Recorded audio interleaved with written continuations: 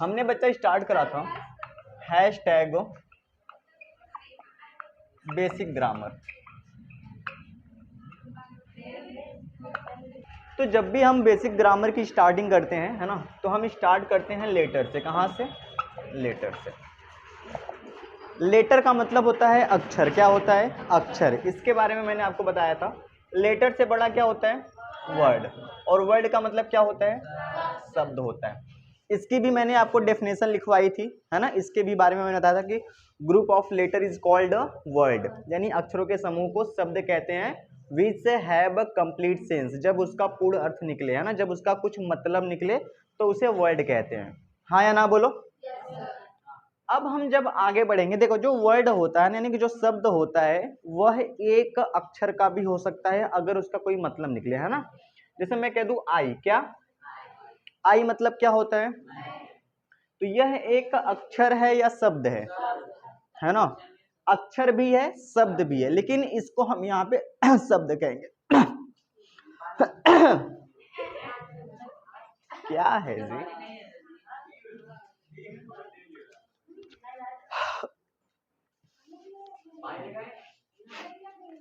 इसको हम लोग कहेंगे शब्द। क्या कहेंगे? शब्द। जैसे कि अगर मैं आपके सामने लिख दूं एक अक्षर ए, क्या है? यह भी एक अक्षर है ना, लेकिन ए का मतलब होता है एक, तो इसको भी हम लोग कहेंगे शब्द। तो अंग्रेजी में ऐसे दो ही अक्षर हैं जो शब्द भी होते हैं, है ना। लेकिन अगर मैं लिख दूं आपके सामने डब्लू, इसका कुछ मतलब होता है? तो यह सिर्फ और सिर्फ एक अक्षर है। आगे बढ़ते हैं, ठीक है। अब हम बात करते हैं सेंटेंस की। किसकी बात करेंगे? सेंटेंस। ध्यान से समझना, इस स्ट्रक्चर को ध्यान से समझना। सेंटेंस का मतलब क्या होता है? आवाज नहीं आई, फिर से बोलो। वाक्य। यही इंग्लिश की सबसे इंपॉर्टेंट पॉइंट है। पूरा का पूरा अंग्रेजी का जो शुरुआत है यहीं से हुआ है। तो इसको समझते हैं, आप सारी की सारी बातें सीखने वाले हो। तो मैं चाहता हूँ कि ना थोड़ी सी अभी कुछ देर के लिए ना आपका जो सारा का सारा जो ध्यान है ना मेरी तरफ होना चाहिए, है ना। मतलब एकदम गलती से भी इधर उधर मत रखो, है ना, क्योंकि अभी जो बताने वाला हूँ वो बहुत ज्यादा इंपॉर्टेंट है। तो इसको ध्यान से समझना। हम सेंटेंस की बात कर रहे हैं। किसकी बात कर रहे हैं? सेंटेंस की बात कर रहे हैं। अब ध्यान से समझो, अक्षर से मिलके बना शब्द, तो शब्दों से मिलके क्या बनेगा? वाक्य, यानी कि सेंटेंस, है ना। जैसे कि अक्षरों के समूह को शब्द कहते हैं, उसका पूर्ण अर्थ निकलना चाहिए, वैसे शब्दों के समूह को सेंटेंस यानी वाक्य कहेंगे, लेकिन उसका भी पूर्ण अर्थ निकलना चाहिए, है ना। तो सेंटेंस क्या होता है? इसकी डेफिनेशन क्या होती है कि अ sentence is a group of word which makes a complete sense, यानी कि शब्दों का ऐसा समूह जिसका पूर्ण अर्थ निकले उसे क्या कहते हैं? सेंटेंस कहते हैं, है ना। जैसे फॉर एग्जांपल मैंने आपके सामने एक सेंटेंस लिख दिया कि Ram is playing a football. Ram is playing football. कभी भी गेम के नाम से पहले आर्टिकल नहीं लगता, ए एन द नहीं लगता। राम इज प्लेइंग फुटबॉल, है ना, इन द ग्राउंड। समझ में आया कि नहीं है? तो यह एक सेंटेंस है। क्या है? सेंटेंस है ना। इसमें कितने शब्द है? गिनो मेरे साथ। एक, कितने हैं? दो, तीन, चार, पांच, छह और सात, है ना। तो इसमें जो टोटल शब्द कितने हैं बच्चा? सात। तो बताओ मुझे ये शब्दों का समूह है कि नहीं है? अगर यह शब्दों का समूह है तो इसे सेंटेंस कहेंगे कि नहीं कहेंगे? है ना। अब ये इसका मतलब क्या है कि Ram is playing football in the ground. क्या इस बात का कुछ सेंस निकल रहा है कि भाई जो राम है वह क्या कर रहा है? मैदान में फुटबॉल खेल रहा है ना। तो यह एक सेंटेंस है। ये क्या है? सेंटेंस है। तो सेंटेंस की डेफिनेशन बड़ी सिंपल सी है, आप एक दो बार पढ़ेंगे याद हो जाएगा कि यह sentence is a group of words which makes a complete sense is called a sentence. अभी लिखवा देंगे, सुनो ध्यान से। जैसे अगर मैं आपके सामने एक सेंटेंस लिखता हूं, क्या लिखता हूं? सेंटेंस, है ना। ध्यान से समझना। मैंने लिखा राम क्रिकेट फॉर दिल्ली आगरा और कैट। ठीक है, Ram cricket for Delhi Agra cat. अब बताओ इस, यानी कि ये भी तो भाई शब्दों से मिलके बना है, हाँ या ना बोलो। तो क्या इसे हम एक सेंटेंस कहेंगे? क्योंकि इसका मतलब नहीं समझ में आ रहा कि भाई Ram cricket for Delhi Agra cat, कुछ सेंस ही नहीं बन रहा है। जैसे मैं लिख दूं, है ना, हाँ, जैसे मैंने लिख दूं सीता, सीता मोटरसाइकिल बुक, है ना, तो इसका, हाँ, तो इसका कोई मतलब है? तो जब इसका कोई मतलब नहीं है तो ये सेंटेंस नहीं होगा। This is not a sentence. समझ में आया कि नहीं आया, है ना? तो अगर उसका कोई अर्थ नहीं निकल रहा है तो हम उसे सेंटेंस नहीं कहेंगे। बड़ी सिंपल सी बात है। तो आपने एक चीज गौर करा, जैसे फॉर एग्जाम्पल यह एक शब्द है, क्या है? तो इसमें अक्षर थे ना, 1 2 3, तो अक्षर से बना शब्द और शब्दों से क्या बना? सेंटेंस, यानी कि वाक्य, है ना? तो यहां तक हम बात पहुंच चुके हैं, इसके आगे हमें बढ़ना है, ठीक है? तो फटाफट से हेडिंग डालो, सेंटेंस लिखो लिखो लिखो लिखो। अ सेंटेंस, बोल दूं लिखो। A sentence is a group of words. लिखो, a sentence is a group of words which makes a complete sense। नहीं दिख रहा है, दूसरे मार्कर से लिखूं। complete sense is called sentence।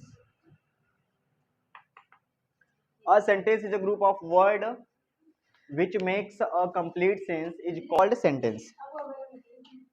लिखो हिंदी में, लिखो शब्दों का ऐसा समूह जिसका पूर्ण अर्थ निकले उसे सेंटेंस कहते हैं। शब्दों का ऐसा समूह जिसका पूर्ण अर्थ निकले उसे सेंटेंस कहते हैं। लिखेंगे फॉर एग्जाम्पल, जैसे Ram is a good boy, यह एक सेंटेंस है ना? पर अगर मैं लिख दूं सीता आगरा दिल्ली इज, तो यह एक सेंटेंस नहीं है, क्योंकि इसका कोई मतलब नहीं है। इसका क्या मतलब है कि राम एक अच्छा लड़का है, और इसका कोई मतलब नहीं है, इसका कोई मतलब नहीं है, तो इसलिए यह सेंटेंस नहीं है। तुरंत इतनी बात नोट करो बच्चा, है ना? सिंपल सी भाषा में समझो कि सेंटेंस क्या होता है। सेंटेंस का मतलब सिंपल सा है कि इंग्लिश की एक लाइन जो कि फुल स्टॉप पे रुकती है। फुल स्टॉप पे हो चाहे क्वेश्चन मार्क पे हो, यानी कि बस वो एक लाइन होनी चाहिए, है ना? उसे हम लोग कहते हैं सेंटेंस। क्या कहते हैं? कोई भी आपसे पूछ ले कि सेंटेंस क्या कहते हैं, उसे कह दो कि सर इंग्लिश की एक लाइन को सेंटेंस कहते हैं। तो वो कहेंगे कि आपसे डेफिनेशन बताइए, तो चिपका देना उनके मुंह पे 2-3 डेफिनेशन, है ना? ठीक है, आगे बढ़ते हैं। अब यहाँ से कहानी बढ़ेगी आगे, है ना? अभी क्या करना है, आपको कुछ भी नहीं लिखना है, कुछ भी लिखना ही नहीं है ना? कॉपी कलम सब फेंक फाक दो, मैं कहता हूँ, ठीक है ना? मेरे मुंह पे थोड़ी फेंकना है, हाँ फेंक दो, मैं तो कहता हूँ। अब ध्यान से देखो, है ना, हमने बात करी सेंटेंस की, किसकी बात करी? सेंटेंस की, है ना? अब हम सेंटेंस के जो पढ़ने वाले हैं, ध्यान से समझना, है ना? सुनो, सेंटेंस को हम लोग 2 तरह से बांटेंगे। कितने तरह से बांटेंगे? है ना, 2 तरह से, है ना? इसको हम लोग कहते हैं बच्चा क्लासिफिकेशन। क्या कहते हैं? क्लासिफिकेशन, यानी कि वर्गीकरण। क्या कहते हैं? वर्गीकरण, है ना? ठीक है ना? एक होगा स्ट्रक्चर के आधार पे। किसके आधार पे? स्ट्रक्चर के आधार पे। स्ट्रक्चर का मतलब क्या होता है बच्चा? बनावट, है ना? बनावट का मतलब क्या होता है? शकल। क्या होता है? शकल। शकल का मतलब कैसा? कि दिखने में कैसा है ना?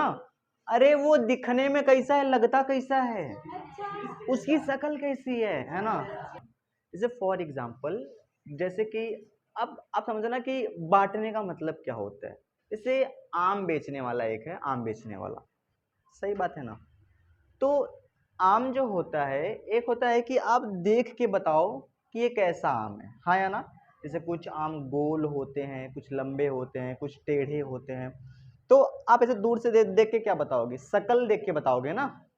लेकिन वो खाने में मीठा है कि खट्टा है कि कड़वा है कि अजीब टाइप का है, वो उसके अंदर की क्वालिटी है कि नहीं है, क्वालिटी के आधार पे,